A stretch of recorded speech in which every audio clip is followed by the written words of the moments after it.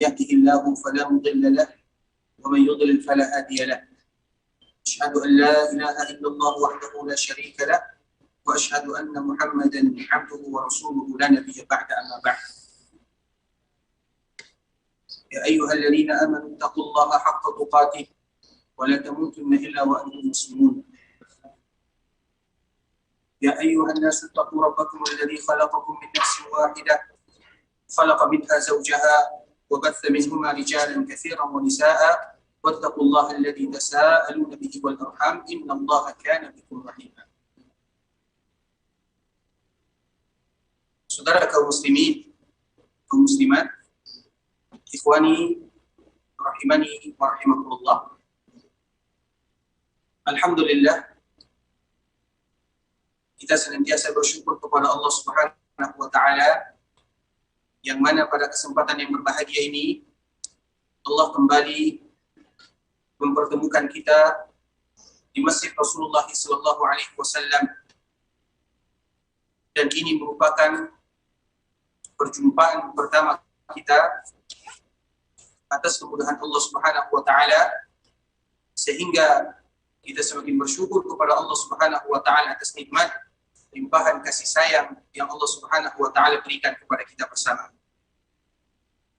Kemudian selawat beriringkan salam kita aturkan buat baginda Rasulullah sallallahu alaihi wasallam, Nabi yang mulia, junjungan kita bersama, Rasul kita tercinta Muhammad sallallahu alaihi wasallam. Allahumma salli ala Muhammad wa ala ali Muhammad kama sallaita ala Ibrahim wa ala ali Ibrahim innaka Hamidum Majid. Allahumma barik ala Muhammad wa ala ali Muhammad kama barakta ala Ibrahim wa ala ali Ibrahim innaka Hamidum Majid. Ikhwani rahimani wa rahimakumullah, sebelum kita memulai pelajaran kita, tentunya kita mengingatkan diri kami pribadi dan juga kita bersama sebagaimana peraturan yang telah ditentukan di Masjid Rasulullah sallallahu alaihi wasallam demi keamanan kita bersama, yaitu kita menjaga jarak kita antara satu dengan yang lainnya. Iltazimu bil ihtirazatil wiqaiyah, iltazimu bil ijra'atil ihtiraziyah wa tadabirul wiqaiyah. Itu kita senantiasa menjaga jarak kita, karena ini merupakan di antara salah satu peraturan yang ditetapkan di Masjid Rasulullah sallallahu alaihi wasallam, tentunya demi keamanan kita bersama. Ikhwani rahimani wa rahimakumullah. Alhamdulillah, pada hari ini merupakan tanggal 1 Rajab 1443 Hijriah, dan kita mengetahui biasanya di bulan Rajab memiliki keutamaan-keutamaan. Namun kita juga sadar ada di antara keutamaan bulan Rajab tersebut yang sahih dari Nabi sallallahu alaihi wasallam, namun ada juga yang tidak sahih dari Rasulullah sallallahu alaihi wasallam. Sehingga Imam Ibnu Hajar rahimahullahu taala mengarang sebuah kitab yang berjudul Tabyinul Ajab Fima Warada Fi Fadli Rajab. Dinukilkan di sana ada beberapa hadis yang dhaif, juga ada beberapa hadis yang palsu tentang kemuliaan bulan Rajab. Ada sekitar 11 hadis yang dhaif, ada sekitar 21 hadis yang palsu yang berkaitan dengan bulan Rajab. Dan memang bulan Rajab ini merupakan bulan yang utama atau bulan yang mulia sebagaimana disebutkan oleh Allah Subhanahu wa taala di dalam surah At-Taubah. Allah Subhanahu wa taala menyebutkan inna iddatash syuhuri 'inda Allah 12 syahran fi kitabillah yawma khalaqas samawati wal arda minha arba'atun hurum. Di antara salah satu bulan yang haram yang diharamkan oleh Allah Subhanahu wa taala adalah bulan-bulan haram. Di antara salah satunya adalah bulan Rajab. Sehingga Allah Subhanahu wa taala menyebutkan fala tazlimu fihinna anfusakum. Ketika kalian memasuki bulan haram, maka hendaklah kalian lebih berhati-hati. Berhati-hati beribadah kepada Allah Subhanahu wa taala, sebagaimana pun juga kalian berhati-hati meninggalkan maksiat. Karena berbuat maksiat di bulan haram dibandingkan dengan bulan di luar haram tentunya berbeda dosanya. Dan itulah yang harus kita ketahui. Dan bulan Rajab adalah bulan-bulan haram yang mana Allah tekankan kepada kita untuk jangan melakukan kezaliman, dan kezaliman yang paling zalim adalah yang berhubungan dengan Allah Subhanahu wa taala, kemudian yang berhubungan dengan Rasulullah sallallahu alaihi wasallam, kemudian kezaliman antara sesama. Sehingga Allah menyebutkan fala tazlimu fihinna anfusakum, janganlah kalian melakukan kezaliman di sana. Dan ini merupakan di antara keutamaan bulan Rajab, yang mana bulan Rajab merupakan bulan-bulan yang diharamkan oleh Allah Subhanahu wa taala. Saudara kaum muslimin rahimani wa rahimakumullah, insyaallah pada kesempatan yang berbahagia ini kita akan membacakan beberapa ayat-ayat Allah Subhanahu wa taala dan juga hadis-hadis Rasulullah sallallahu alaihi wasallam, dan dengan itu kita berharap kepada Allah Subhanahu wa taala agar kita dinaungi oleh malaikat-malaikat Allah Subhanahu wa taala, diturunkan rahmat, terutama ketika kita berada di masjid Rasulullah sallallahu alaihi wasallam. Tentunya masjid Rasulullah sallallahu alaihi wasallam memiliki keutamaan yang berbeda. Masjid Rasulullah sallallahu alaihi wasallam adalah masjid yang nomor 2 yang memiliki keutamaan yang sangat mulia, dan di antara salah satu kemuliaan di Masjid Rasulullah sallallahu alaihi wasallam yang harus kita hadirkan bersama, bahwa di sini seolah-olah kita sedang bertetangga dengan Rasulullah sallallahu alaihi wasallam. Tetangga kita adalah Rasulullah sallallahu alaihi wasallam. Apabila kita sadar, apabila kita mengetahui bahwa tetangga kita Rasulullah sallallahu alaihi wasallam, maka kita pun termotivasi untuk mempelajari sunnah-sunnah Rasulullah sallallahu alaihi wasallam, karena cinta yang sebenarnya adalah cinta dengan kita mempelajari, dengan kita mengetahui, dan dengan kita mengamalkan sunnah-sunnah baginda yang mulia sallallahu alaihi wasallam. Dan insyaallah ini merupakan pelajaran atau muhadharah atau mengajar di Masjid Rasulullah sallallahu alaihi wasallam yang pertama, dan semoga Allah Subhanahu wa taala senantiasa memberikan kemudahan, kesehatan, kemuliaan kepada kita untuk senantiasa bisa melanjutkan belajar di Masjid Rasulullah sallallahu alaihi wasallam. Bapak-bapak rahimani wa rahimakumullah, ikhwani rahimani wa rahimakumullah. Sekarang kita akan bacakan beberapa ayat-ayat Allah Subhanahu wa taala, terutama yang berkaitan tentang ibadah. Kita mengetahui perintah pertama yang ada di dalam Al-Qur'an adalah perintah kita beribadah kepada Allah Subhanahu wa taala.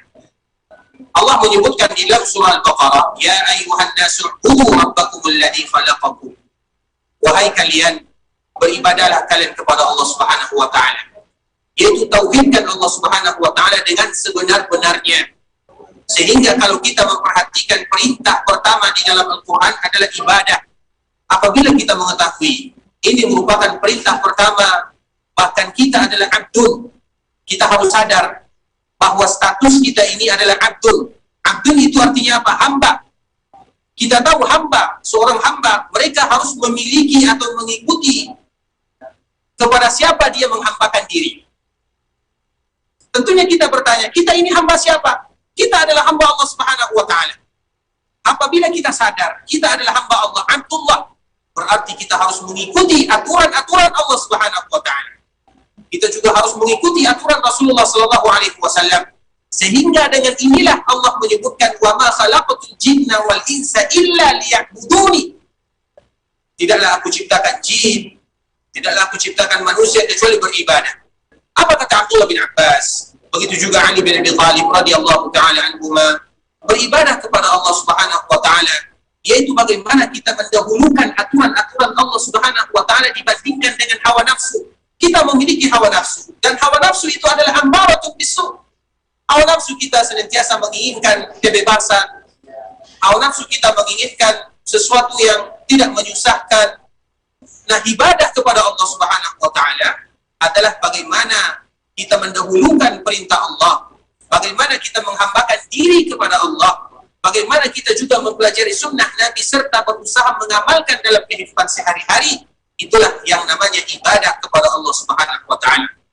Tentunya kita akan mempelajari yang berkaitan dengan tauhid, ibadah, dan ibadah yang paling penting, ibadah yang paling mulia adalah mentauhidkan Allah Subhanahu wa taala.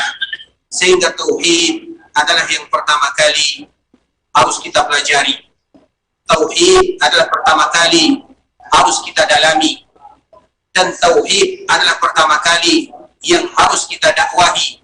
sebagaimana Nabi berpesan kepada sahabat Mu'adz bin Jabal radhiyallahu taala anhu ketika dia mengutus atau ketika Nabi mengutus Sa'ad atau ketika Nabi mengutus Mu'adz bin Jabal ke sebuah daerah Yaman, maka perintah Nabi yang pertama adalah serukan mereka agar bertauhid kepada Allah Subhanahu wa taala. Kita akan mempelajari sedikit tentang masalah tauhid ikhwatul Islam, saudara kaum muslimin rahimani wa rahimakumullah. Tentunya tauhid ada di antara para ulama, mereka membaginya. Namun terlepas daripada itu semua, kita mau membagi, mau tidak membagi, itu urusan yang kebelakangan. Urusan yang pertama itu adalah bagaimana kita betul-betul mentahqiqkan tauhid tersebut. Sebagaimana ibadah salat. Kita tahu ibadah salat, ada di antara para ulama yang membagi salat itu ada menjadi rukun salat. Kemudian ada lagi wajib salat. Kemudian ada lagi sunnah-sunnah salat. Mau dibagi, mau tidak dibagi. Namun bagaimana kita melaksanakan salat secara sempurna, itu intinya. Begitu juga dengan masalah tauhid. Mau dibagi atau tidak dibagi, intinya adalah bagaimana kita mentauhidkan Allah Azza wa Jalla. Sehingga dari sinilah para ulama mereka mengkaji bagaimana supaya kita lebih mudah memahami tentang tauhid.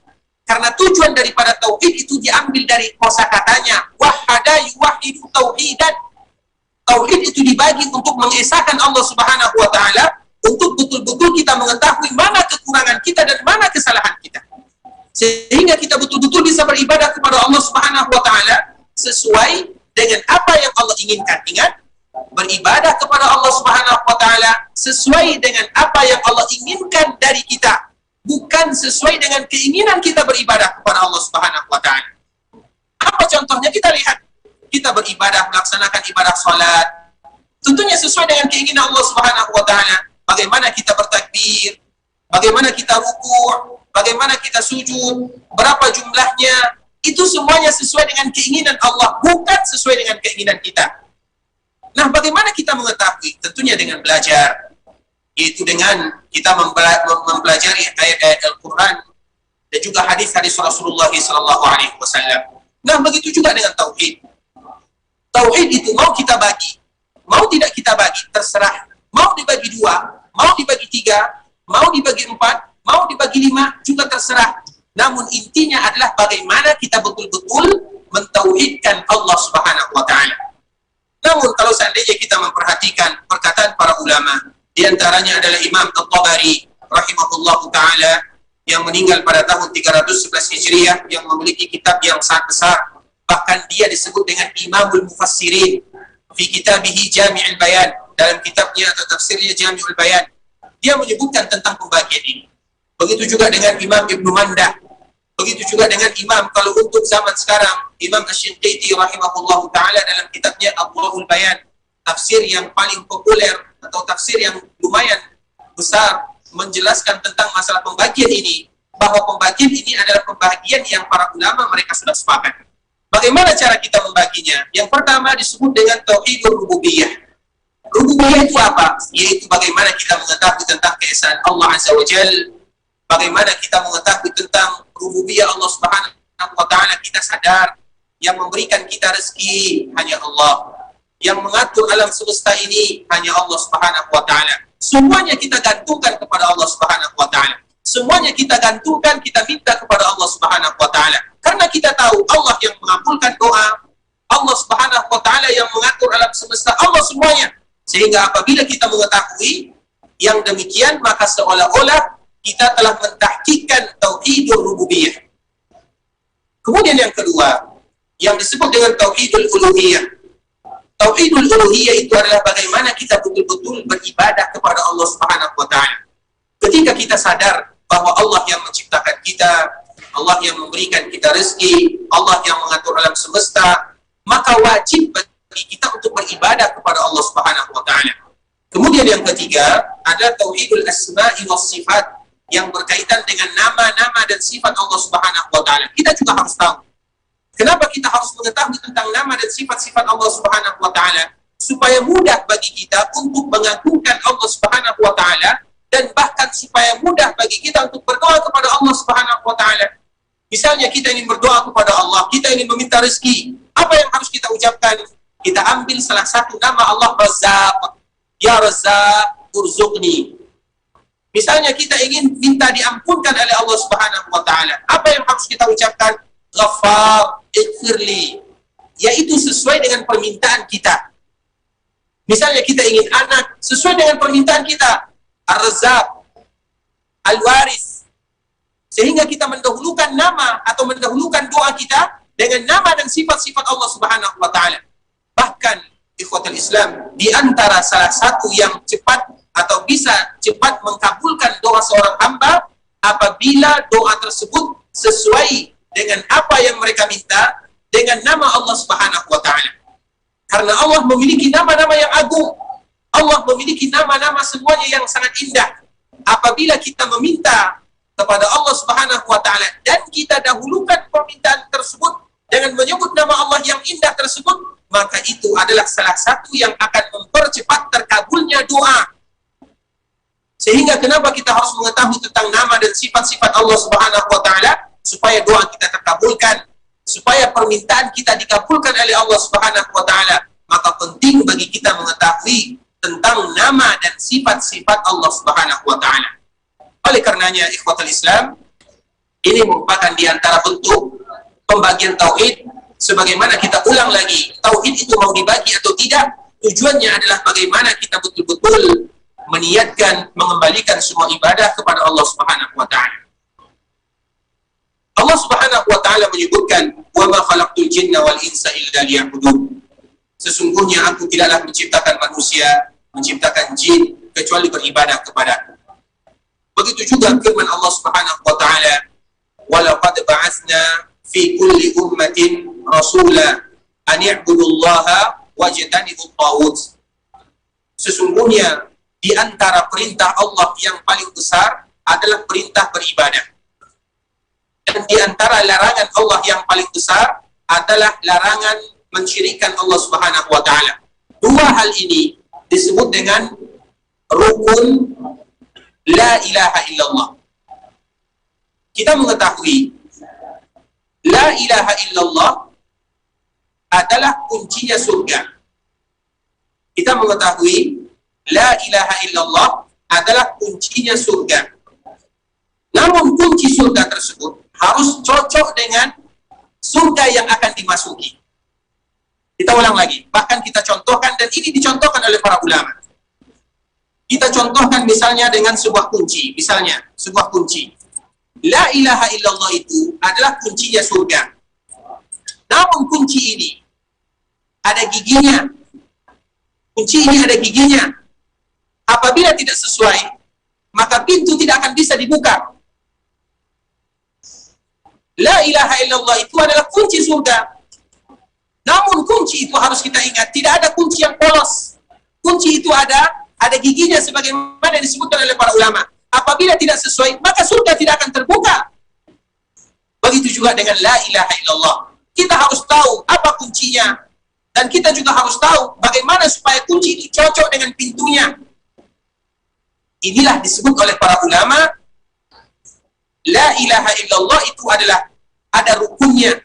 Jadi la ilaha illallah itu ada rukun la ilaha illallah, sebagaimana juga la ilaha illallah ada syaratnya. Dan inilah supaya memudahkan kita masuk dalam surga Allah Subhanahu wa taala.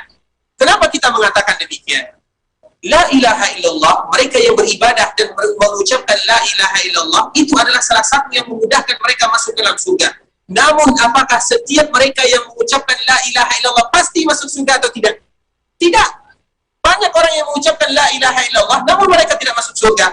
Kita lihat di zaman Nabi SAW, banyak sekali mereka yang mengucapkan la ilaha illallah namun mereka tidak masuk surga. Seperti orang-orang munafikun, mereka mengucapkan la ilaha illallah siang dan malam, salat bersama Nabi, puasa bersama Nabi, jihad bersama Nabi. Namun di mana posisi mereka? Innal munafiqina fid darkil asfali minan nar. Kata Allah Subhanahu wa taala di dalam surah Nisa, mereka itu berada di kerak-kerak api neraka. Padahal siang malam mereka mengucapkan la ilaha illallah. Namun kenapa demikian? Kenapa mereka berada di dalam api neraka? Karena mereka tidak mendatangkan rukun la ilaha illallah dan syarat la ilaha illallah.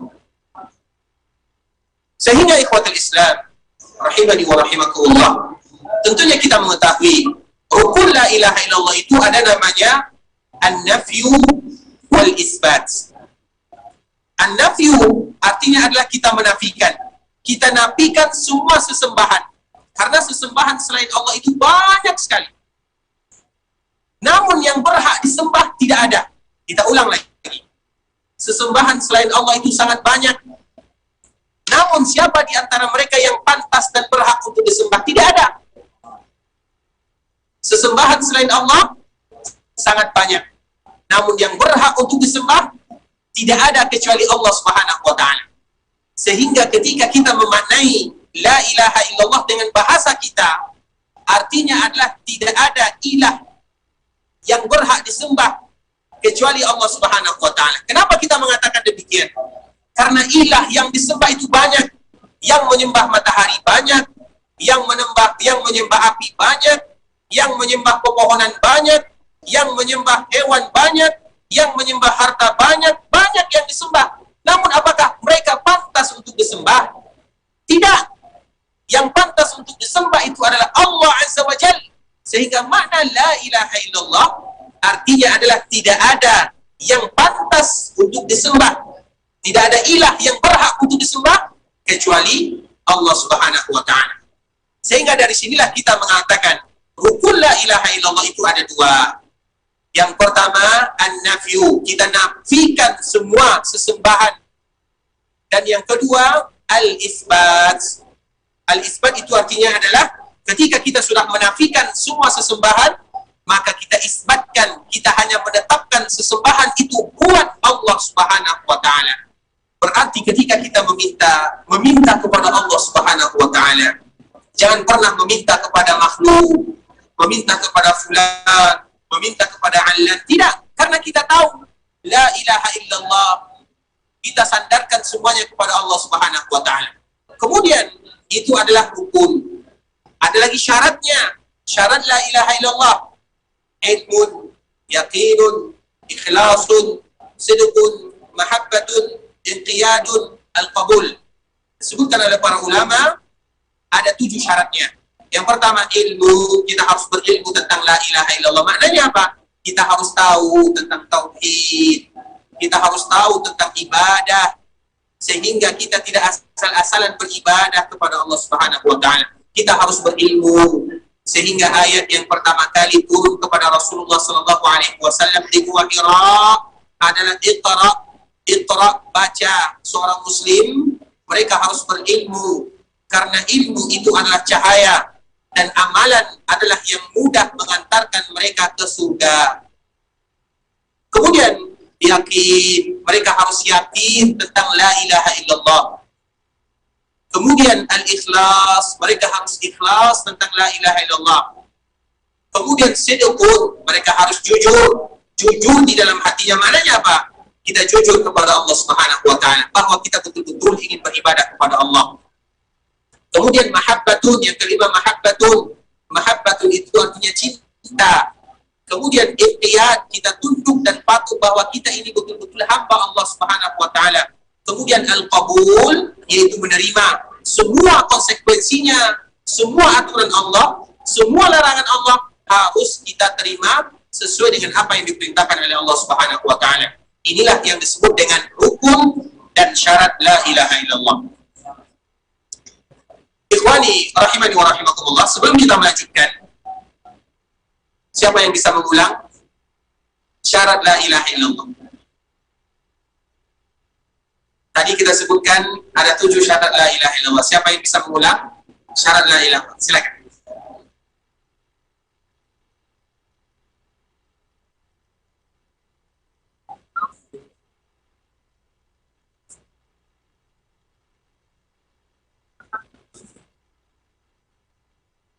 Ulang sekali lagi dengan suara yang kuat. Bahasa kita. Nah, karena kita supaya lebih bisa memudahkan yang lain. Silakan. Barakallahu fiik.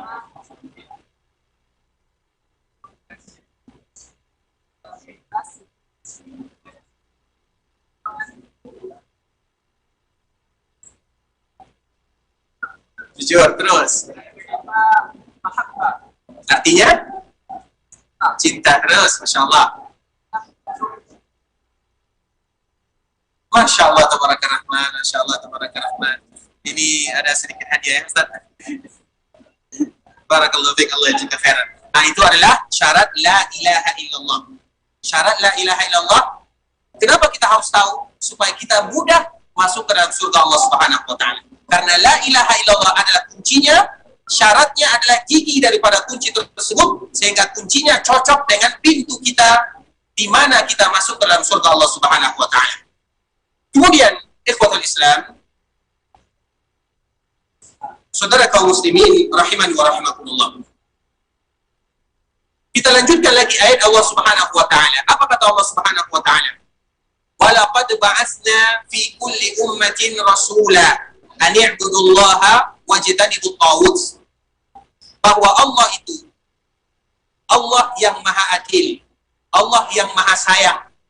Di antara kasih sayang Allah Subhanahu wa taala kepada hamba adalah mengutus setiap para nabi dan para rasul. Sehingga Imam Ahmad rahimahullahu taala menyebutkan atau disebutkan dalam hadis dari seorang sahabat Abu Dzar yang diriwayatkan oleh Imam Ahmad bahwa nabi itu jumlahnya sangat banyak, lebih daripada 240.000 nabi. Nabi itu jumlahnya banyak sekali, 240.000 nabi. Sedangkan rasul itu sekitar 313 orang rasul. Maknanya apa? Semuanya diutus oleh Allah Subhanahu wa taala untuk kasih sayang Allah kepada hamba. Di samping Allah mengutus para nabi dan para rasul, Allah juga menurunkan kitab aturan. Karena kita di dunia memiliki aturan. Makanya hadis yang senantiasa kita ingat supaya kita lebih mudah berubudiyah kepada Allah Azza wa Jalla. Ad-dunya sijnul mu'min. Dunia ini bagi kita seorang mukmin ibarat penjara. Maknanya apa? Ada aturan. Ini boleh dimakan, ini tidak boleh dimakan, ini boleh dilakukan, itu tidak boleh dilakukan. Itu aturan. Wa jannatul kafir. Sedangkan bagi mereka yang tidak beriman kepada Allah, bebas. Mau melakukan apa, mau melakukan ini, mereka tidak punya aturan. Sedangkan kita seorang mukmin, seorang muslim, ada aturan dari Allah Subhanahu wa taala. Dan aturan pertama dari Allah Subhanahu wa taala dua. Yang pertama ibadah, dan yang kedua menjauhi yang namanya kesyirikan dalam bentuk apa saja. Sehingga kita tahu di dalam zikir pagi dan sore, mungkin ada sebahagian dan mungkin semua kita menghafalnya. Di dalam zikir pagi dan sore ada sebuah doa yang harus kita hafal, harus kita ulang-ulang, harus kita baca 3 kali di pagi hari, 3 kali di sore hari. Siapa yang hafal? Silakan.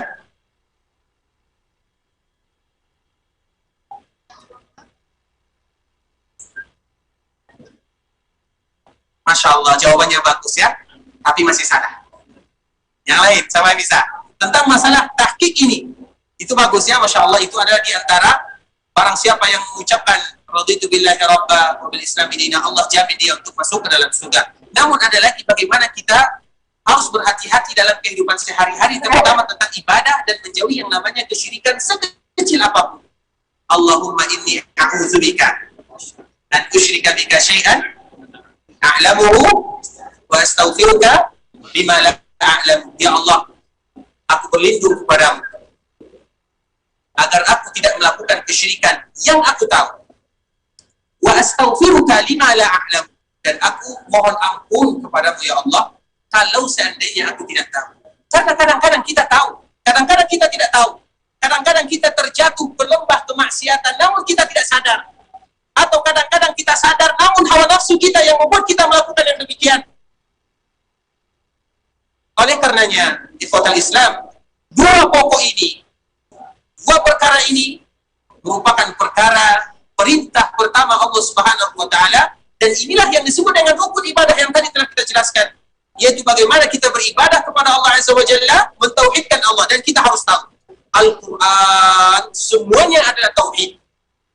Al-Quran mulai dari Al-Fatihah sampai An-Nas semuanya adalah tauhid. Bagaimana demikian? Para ulama menyebutkan karena di dalam Al-Quran itu bagaimana kita mengesahkan Allah Subhanahu wa taala, kita harus yakin dunia yang indah, langit yang indah, bumi yang begitu indah, semuanya keindahan. Bahkan kita yang diciptakan oleh Allah Subhanahu wa taala penuh dengan keragaman, penuh dengan keindahan. Itu adalah bentuk kita rububiyah Allah Subhanahu wa taala. Dan semua kita tahu, bahkan semua manusia tahu. Namun tuntutan daripada itu semua, apabila kita tahu yang demikian, adalah bagaimana kita beribadah kepada Allah Subhanahu wa taala. Yang tadi kita sebutkan dengan uluhiyah. Makanya di dalam Al-Qur'an banyak perintah Allah, sembah Allah, tinggalkan ini, tinggalkan itu, beribadah kepada Allah Subhanahu wa taala. Bahkan ayat yang tadi telah kita bacakan, wa ma khalaqtul jinna wal insa illa liya'budun, ibadah. Itu adalah uluhiyah kita kepada Allah Subhanahu wa taala. Al-Qur'an itu semuanya isinya. Kemudian al-asma' was sifat, nama dan sifat-sifat Allah. Kita lihat setiap atau kebanyakan ayat Al-Qur'an terakhirnya apa? Wa huwas samiul basir, wa huwas samiul alim, innallaha ghafurur rahim. Itu semuanya adalah nama dan sifat-sifat Allah Subhanahu wa taala yang harus kita berusaha untuk membacanya dan menghafalnya. Bahkan Allah Subhanahu wa taala menyebutkan, atau Rasul menyebutkan, inna lillahi tis'an wa tis'ina isma, man hafidhaha dakhala al-jannah. Allah punya 99 nama yang apabila seseorang hafal, maka dia masuk surga. Kita sudah berapa hafal nama dan sifat-sifat Allah Subhanahu wa taala? Allah sebenarnya banyak menyediakan bagi kita ibadah-ibadah yang mudah mengantarkan kita ke dalam surga. Tinggal kita mau atau tidak. Nah, Al-Quran, nama dan sifat-sifat Allah Subhanahu wa taala itu isinya. Dan di antara inti daripada nama dan sifat-sifat Allah tersebut adalah yang ada di dalam ayat kursi, Hayyun Qayyum. Sehingga kami anjurkan kepada kami pribadi dan juga kita bersama, setiap kali kita berdoa kepada Allah, jangan pernah tinggalkan dua nama ini. Ya Hayyu, Ya Qayyum. Setelah itu minta apa yang kita minta kepada Allah Subhanahu wa taala. Itulah yang disebut dengan tawassul dengan nama dan sifat-sifat Allah Subhanahu wa taala. Dan itu harus kita lakukan. Nah, Al-Qur'an itu semua isinya adalah tentang nama dan sifat-sifat Allah Subhanahu wa taala. Kemudian apalagi isi daripada Al-Qur'an? Yaitu mereka yang beribadah kepada Allah, balasannya adalah surga. Kenapa kita beribadah kepada Allah? Tentunya mengharapkan surga. Kenapa kita meninggalkan maksiat? Tentunya takut dari api neraka. Dan kita berharap surga Allah Subhanahu wa taala.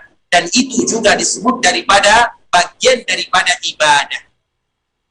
Sehingga tambahan pelajaran kita pada hari ini, tadi kita menjelaskan bahwa la ilaha illallah memiliki rukun, memiliki syarat.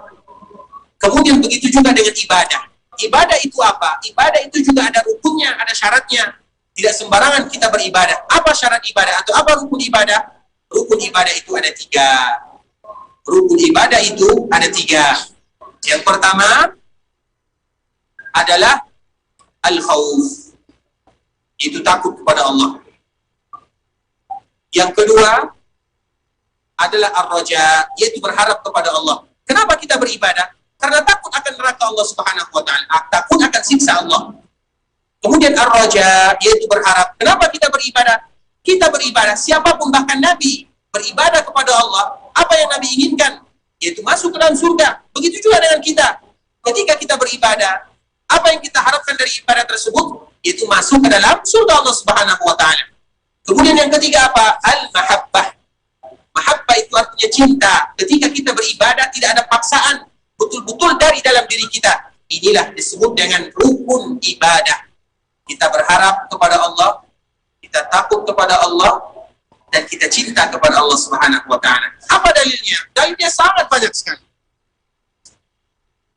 Di antara salah satunya ayat yang mungkin semua kita hafal. Apa dalilnya? Yaitu ayat di dalam surah Sajadah yang biasa kita baca setiap sholat subuh di hari Jumat setelah kita sujud sajadah. Apa bunyinya? Tatajafa junubuhum 'anil madaji'i yad'una rabbahum khaufan wa tama'a. Ada di antara hamba-hamba Allah, jauh lambungnya dari tempat tidurnya. Maknanya apa? Mereka tidak tidur semalaman, namun mereka menyisakan sedikit waktu untuk beribadah, bermunajat kepada Allah Subhanahu wa taala. Tatajafa junubuhum, lambung mereka ini jauh dari tempat tidurnya. Apa maknanya? Berarti mereka beribadah, baik dengan membaca Al-Quran atau zikir kepada Allah. Dan ini merupakan kesempatan kita, bagi kita yang sedang umrah, bagi kita yang sedang berada di Masjid Rasulullah SAW, karena kita sudah berjuang sedemikian rupa, kita korbankan harta kita, tenaga kita, perjuangan kita, terutama di zaman-zaman sekarang ini, sehingga kita menginginkan termasuk di antara salah satu ayat yang disebutkan oleh Allah Subhanahu wa taala, tatajafa junubuhum 'anil madaji', lambung mereka itu jauh dari tempat tidurnya. Apa yang mereka lakukan? Yad'una rabbahum, mereka berdoa kepada Allah, mereka meminta kepada Allah. Kenapa? Khaufa, takut akan ancaman Allah, takut akan neraka Allah. Wa tama'a, tama'a itu artinya adalah tama'. Tama' itu apa? Berharap, meminta, menginginkan. Tama' kepada apa? Tama' kepada surga Allah Subhanahu wa taala. Sehingga itulah yang disebut dengan rukun ibadah. Rukun ibadah itu al-khaufu, wal-raja'u, wal-mahabbatu. Tiga ini disebut oleh para ulama adalah rukun ibadah. Setiap kali kita beribadah, kita takut akan neraka Allah. Setiap kali kita beribadah, kita berharap akan surga Allah. Setiap kali kita beribadah, kita cinta dengan ibadah tersebut, tidak ada paksaan yang memaksa kita. Kemudian, juga Allah Subhanahu wa taala menyebutkan, "Qul ta'alu atlu ma harrama rabbukum 'alaikum alla tusyriku bihi syai'a." Dan ini juga masih berkaitan dengan perintah Allah Subhanahu wa taala, yaitu bagaimana kita betul-betul beribadah kepada Allah dengan konsekuensi yang tadi telah kita sebutkan, dengan rukun-rukun yang tadi telah kita jelaskan. Kemudian menjauhi yang namanya kesyirikan. Kesyirikan sekecil apapun kita takut, karena kesyirikan itu adalah dosa besar. Walaupun itu adalah syirik kecil, namun itu adalah dosa besar. Sehingga kita takut akan yang namanya kesyirikan besar atau kecil, kita takut akan kesyirikan tersebut. Sehingga sebagaimana tadi yang telah kita sebutkan, setiap hari di dalam zikir pagi, di dalam zikir petang, maka kita bermohon kepada Allah Subhanahu wa taala agar Allah menjauhi kita dari yang namanya kesyirikan. Kemudian hadis yang selanjutnya, ikhwatul Islam, saudara kaum muslimin, yaitu hadis Abdullah bin Mas'ud radhiyallahu taala anhu. Apa kata Abdullah bin Mas'ud? Man arada an yanzura ila wasiyyati Muhammad sallallahu alaihi wasallam allati 'alaiha khatimuhu falyaqra qawlahu ta'ala, qul ta'alu atlu ma harrama rabbukum 'alaikum, yang ada dalam surah Al-An'am.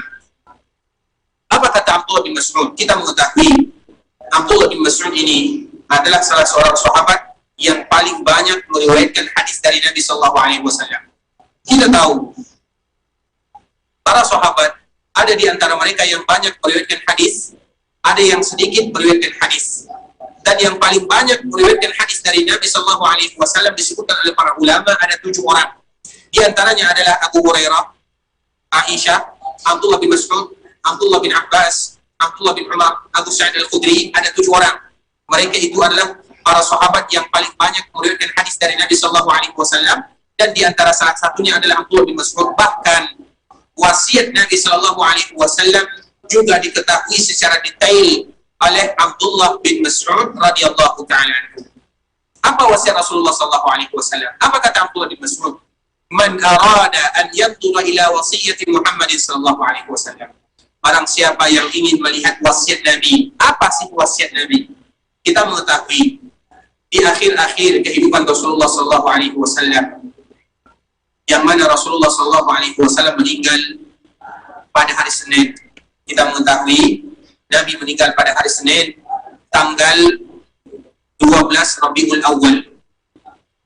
Para ulama bersepakat bahwa Nabi sallallahu alaihi wasallam meninggal tanggal 12 Rabiul Awal. Jadi tanggal 12 Rabiul Awal itu adalah hari wafatnya Nabi sallallahu alaihi wasallam, dan Anas bin Malik menyebutkan hari tanggal 12 Rabiul Awal adalah hari di mana kota Madinah ditimpa oleh kegelapan karena hilang cahaya, yaitu Rasulullah yang mulia sallallahu alaihi wasallam. Jadi tanggal 12 Rabiul Awal adalah hari wafatnya Rasul kita sallallahu alaihi wasallam. 5 hari sebelumnya, karena Nabi meninggal pada hari Senin, hari Ahad, hari Sabtu, hari Jumat, hari Kamis, di sanalah Nabi sallallahu alaihi wasallam berwasiat. Dan wasiat inilah yang dijaga oleh para sahabat Nabi sallallahu alaihi wasallam. Nabi sallallahu alaihi wasallam banyak memberikan wasiat kepada kita bersama. Dan di antara salah satu wasiatnya kepada kita ada 2 perkara. taraktu fikum amrayni lan tadillu ba'dahu abada. Aku tinggalkan kepada kalian dua perkara, yaitu wasiat. Dan kita tahu wasiat wajib kita laksanakan. Dan ini wasiat Nabi kepada kita sebagai umatnya, yang mana wajib hukumnya, kita ulang lagi, wajib hukumnya bagi kita untuk mempelajarinya. Yang pertama apa? Al-Quran. Dan yang kedua apa? Sunnah Nabi SAW. Dua ini wajib kita tahu. Al-Quran wajib kita baca. Kalau kita tidak bisa hafal, tidak menjadi masalah. Namun wajib kita baca. Begitu juga sunnah Nabi SAW. Tidak masalah kalau kita tidak bisa bahasa Arab, tidak masalah. Namun wajib kita tahu tentang sunnah Nabi SAW. Karena ini wasiat baginda yang mulia. Terutama ketika Rasulullah SAW meninggal atau hendak dipanggil oleh Allah Subhanahu Wa Taala. Dan ini merupakan wasiat Rasulullah SAW. Dan insya Allah besok atau lusa kita akan menceritakan bagaimana Rasulullah SAW dipanggil oleh Allah Subhanahu Wa Taala, bagaimana sejarahnya, bagaimana perjuangannya, bagaimana pengorbanan Nabi SAW. Sambil kita membaca ayat-ayat, sambil kita membaca hadis Nabi SAW, kita juga akan memasukkan di sana dan kita ingin mengetahui tentang sedikit sejarah Rasulullah SAW. Apa di antara wasiat Rasulullah SAW tersebut? Yaitu sebagaimana yang Allah sebutkan di dalam Al-Quran, Qul ta'alau atlu ma harrama rabbukum alaikum alla tusyriku billahi syai'a wa bil walidaini ihsana wa la taqtulu awladakum bil imlaq nahnu narzuqukum wa iyyakum wa la taqrabul fawahisha ma dhahara minha wa ma batan wa la taqtulu wa la taqrabu wa la taqtulu an-nafsa allati harrama Allah illa bil haqq dzalikum wasaqum bihi la'allakum ta'qilun. Kemudian ayat yang selanjutnya, wala taqrabu malal yatim illa billati hi ahsan. Kemudian ayat yang selanjutnya, wa anna hadha sirati mustaqiman fattabi'uhu wa la tattabi'us subula fatafarraqa bikum an sabilihi wattaqullah. Kemudian ayat yang selanjutnya. Apa di antara wasiat Rasulullah SAW tersebut? Yaitu wasiat agar kita betul-betul beribadah kepada Allah Subhanahu Wa Taala. Ibadah itu bukan sesuatu yang mudah, ikhwatul Islam. Sehingga wasiat Nabi siang dan malam adalah beribadah kepada Allah. Ibadah bukan sesuatu yang mudah. Ibadah itu adalah sesuatu yang berat. Untuk perjuangan bagi kita untuk senantiasa beribadah kepada Allah Subhanahu Wa Taala. Sehingga Nabi betul-betul berwasiat kepada kita di dalam Al-Quran untuk senantiasa beribadah kepada Allah dan menjauhi segala sesuatu yang akan menghilangkan nilai-nilai daripada ibadah tersebut.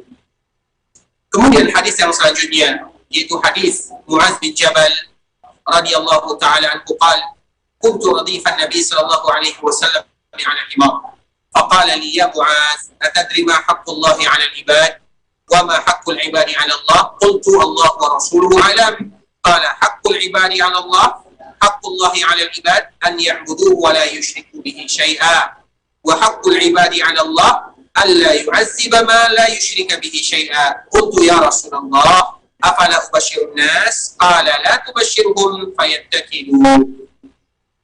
Di dalam hadis ini, yaitu hadis Mu'adz bin Jabal radhiyallahu ta'ala, kita mengetahui sahabat Mu'adz bin Jabal sering kita dengar. Bahkan perjumpaan terakhir Mu'adz bin Jabal dengan Rasulullah SAW adalah ketika Rasul mengutus Mu'adz bin Jabal ke daerah Yaman. Kita mengetahui Yaman dulunya bukan Yaman yang ada sekarang. Jadi Yaman itu mulai dari Taif sampai ke Yaman sekarang itu disebut dengan Yaman. Karena dulu mereka mengibaratkan sesuai dengan Ka'bah. Kita lihat di Ka'bah ada rukunnya. Di Ka'bah itu ada 4 rukun. Ada bagian Hajar Aswad, ada rukun Yamani, ada rukun Iraqi, ada rukun Syami. Di Ka'bah itu, kita melihat Ka'bah itu pertamanya adalah persegi panjang. Kenapa kita mengatakan yang demikian? Supaya kita mudah untuk memahami hadis-hadis Rasulullah SAW. Kita mengetahui di Ka'bah itu awalnya adalah persegi panjang. Kemudian ketika Nabi SAW berumur 35 tahun, maka Ka'bah itu dihancurkan untuk diperbaiki.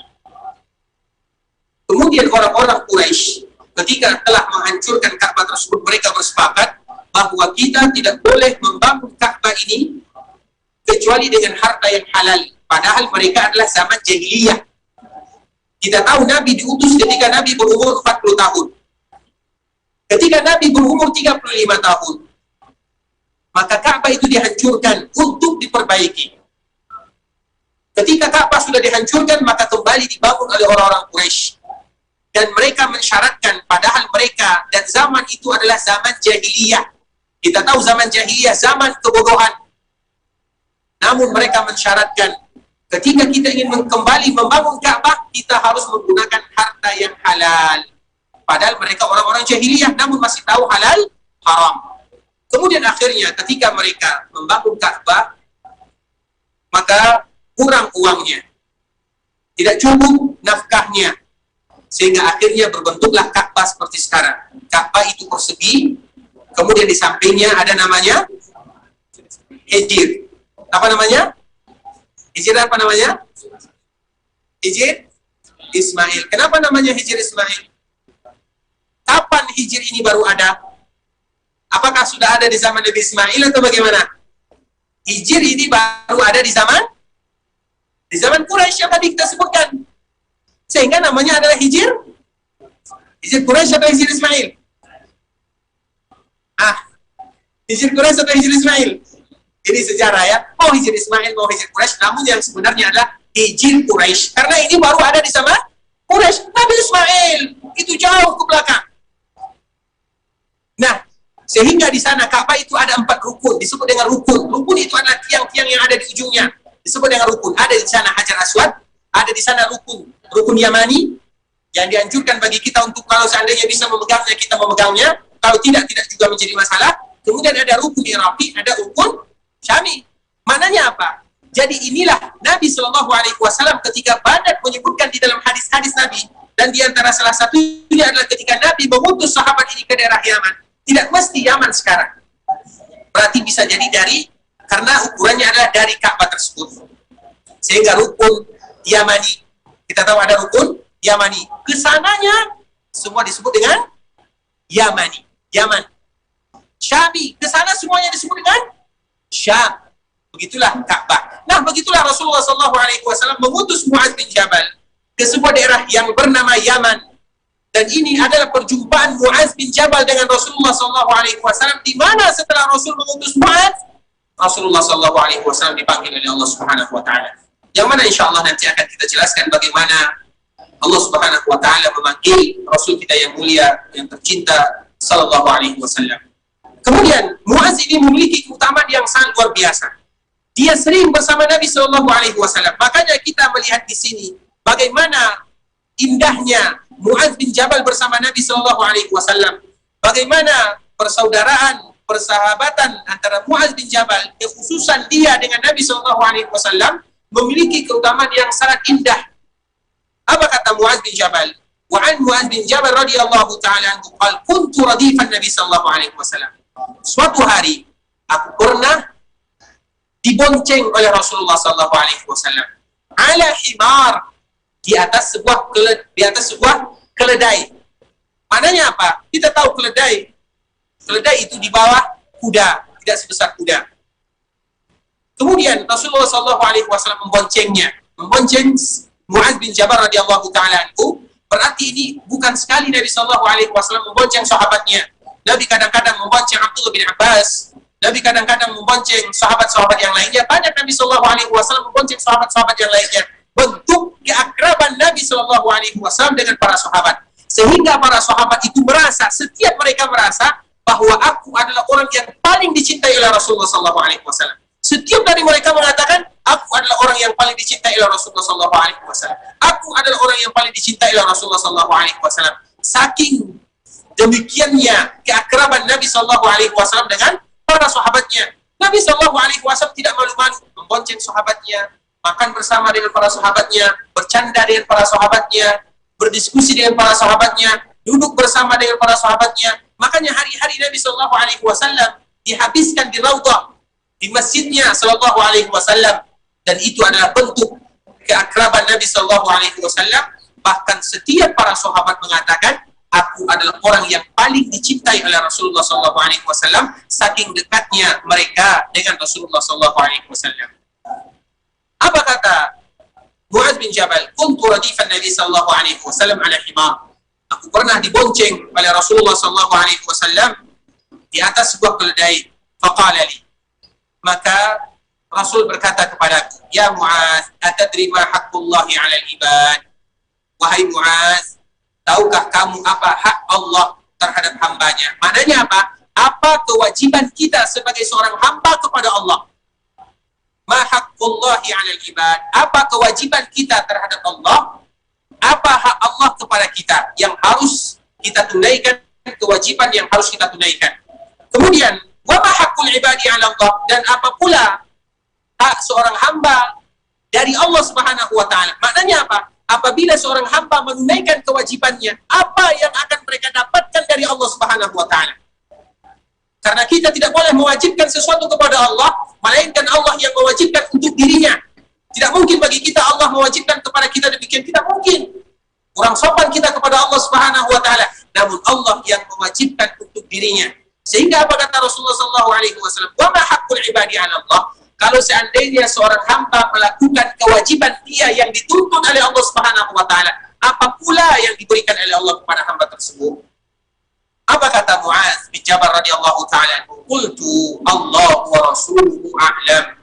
Maka aku menjawab, Allah dan Rasulnya yang lebih mengetahui. Karena kalau kita ditanya tentang masalah agama, kemudian kita tidak tahu jawabannya, maka boleh bagi kita mengucapkan Allah wa rasuluhu a'lam. Namun kalau seandainya kita ditanya tentang masalah dunia dan kita tidak tahu jawabannya, maka tidak boleh bagi kita mengucapkan Allah wa rasuluhu a'lam. Namun kita mengucapkan Allahu a'lam. Ini perbedaannya antara Allah wa rasuluhu a'lam dengan Allahu a'lam. Tentang perkara agama, kalau kita tidak tahu maka kita mengucapkan Allah wa rasuluhu a'lam. Namun kalau seandainya perkara dunia, maka kita mengucapkan Allahu a'lam tanpa membawa kalimat Allah wa rasuluhu a'lam. Apa kata Muaz radhiyallahu ta'ala? Allah wa rasuluhu a'lam. Allah dan Rasulnya yang lebih mengetahui. Maka apa kata Rasulullah sallallahu alaihi wasallam? Haqqullahi 'alal ibad an ya'buduhu wa la yusyriku bihi syai'a. Sama dari pelajaran yang tadi telah kita bahas mulai dari awal pembahasan kita. Hak Allah artinya adalah kewajiban kita sebagai seorang hamba an ya'buduhu, beribadah kepada Allah. Jadi kita harus mengulang mengapa Allah ciptakan kita untuk beribadah. Jadi jadikan semua yang Allah berikan kepada kita wasilah untuk beribadah kepada Allah Subhanahu wa taala. Apapun yang Allah berikan kepada kita, Allah berikan kepada kita kekuatan, Allah berikan kepada kita kesehatan, Allah berikan kepada kita harta, Allah berikan kepada kita tahta, Allah berikan kepada kita dunia. Apapun yang Allah berikan kepada kita, jadikan itu sebagai wasilah beribadah kepada Allah, karena itu tujuan pertama kita dan itu adalah hak Allah yang wajib kita tunaikan. An ya'buduhu wa la yusyriku bihi syai'a. Hati-hati perkara kesyirikan. Dan insyaallah nanti akan kita jelaskan lebih luas lagi tentang masalah kesyirikan tersebut. Kemudian, apabila seorang hamba melakukan yang demikian, kalau kita betul-betul beribadah kepada Allah, kalau kita betul-betul menghindari diri kita dari segala sesuatu yang dimurkai oleh Allah Subhanahu wa taala, apa yang akan kita dapatkan dan apa yang didapatkan oleh seorang hamba? Wa haqqul ibadi 'ala Allah alla yu'azzib man la yusyriku bihi syai'a. Maka Allah mewajibkan kepada dirinya, Allah tidak akan pernah mengazab seorang hamba yang tidak pernah melakukan kesyirikan.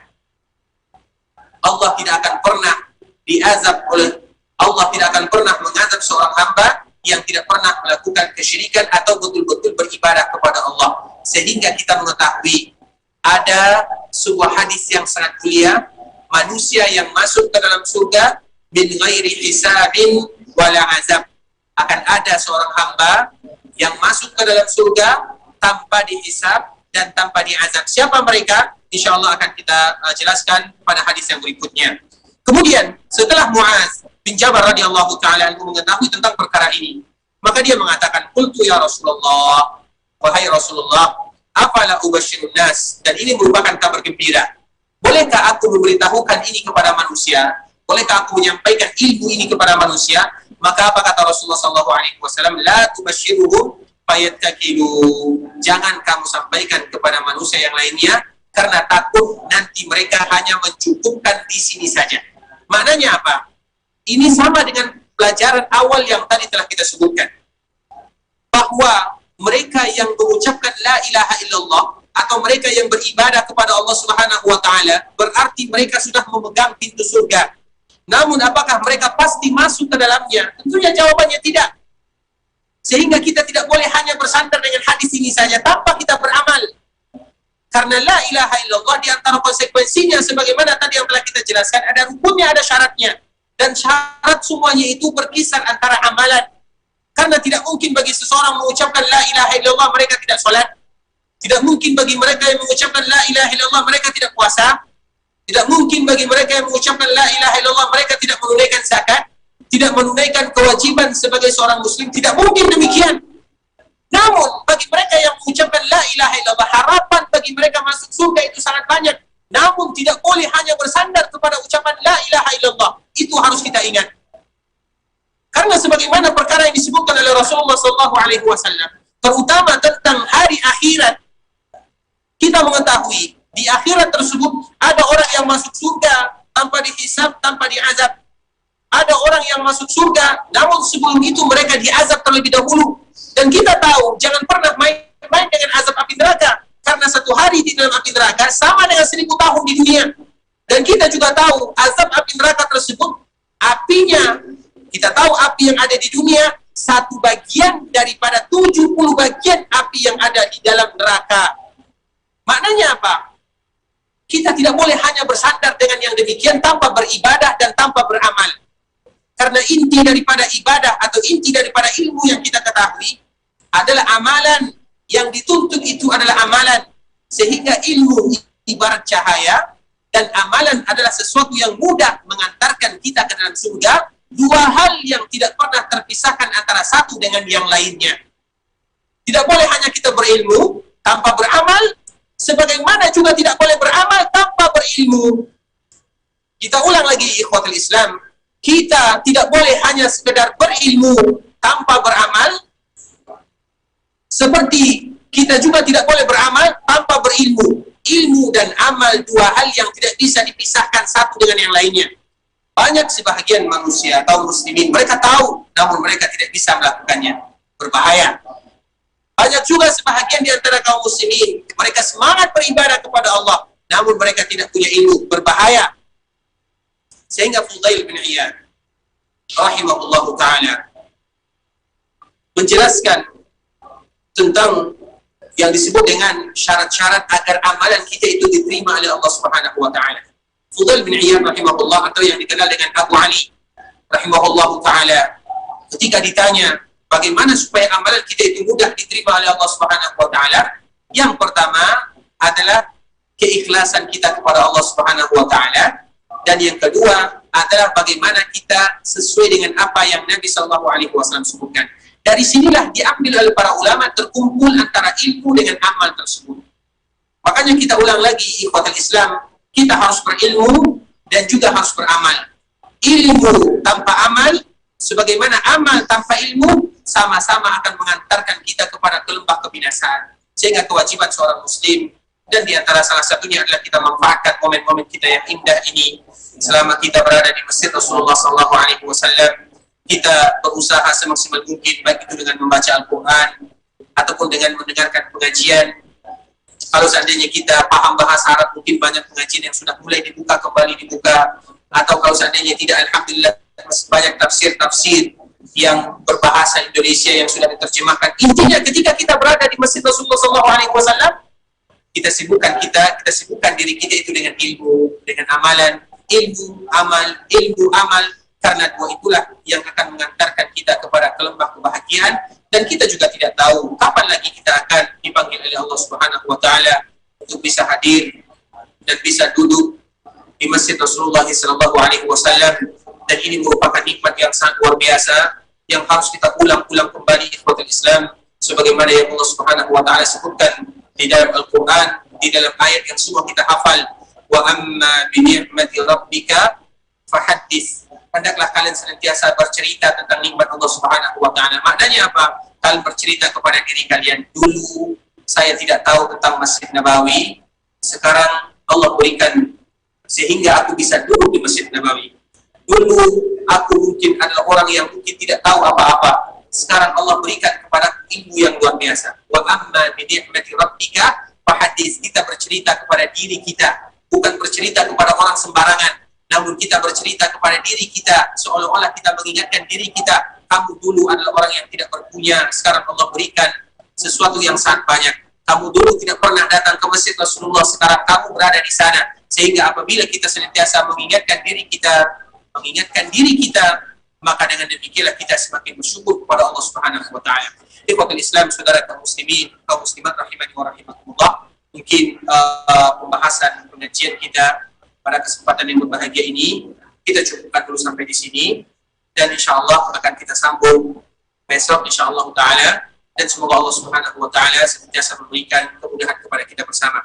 Dan tidak lupa pula kita senantiasa berdoa kepada Allah Subhanahu wa taala untuk kita, untuk keluarga kita, sebagaimana kita juga berdoa kepada Allah Subhanahu wa taala untuk saudara-saudara kita kaum muslimin yang lainnya.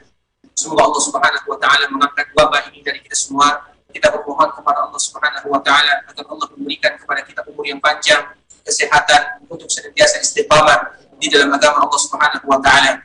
Kita juga bermohon kepada Allah Subhanahu wa taala agar menjaga diri kita dan juga menjaga keluarga kita yang kita tinggalkan di negara kita. Sebagaimana kita juga bermohon kepada Allah Subhanahu wa taala membantu saudara-saudara kita yang sedang berada di dalam kesusahan. Kita juga bermohon kepada Allah Subhanahu wa taala agar Allah Subhanahu wa taala angkat derajat kita, Allah hapuskan dosa-dosa kita, Allah muliakan kita di dunia dan di akhirat.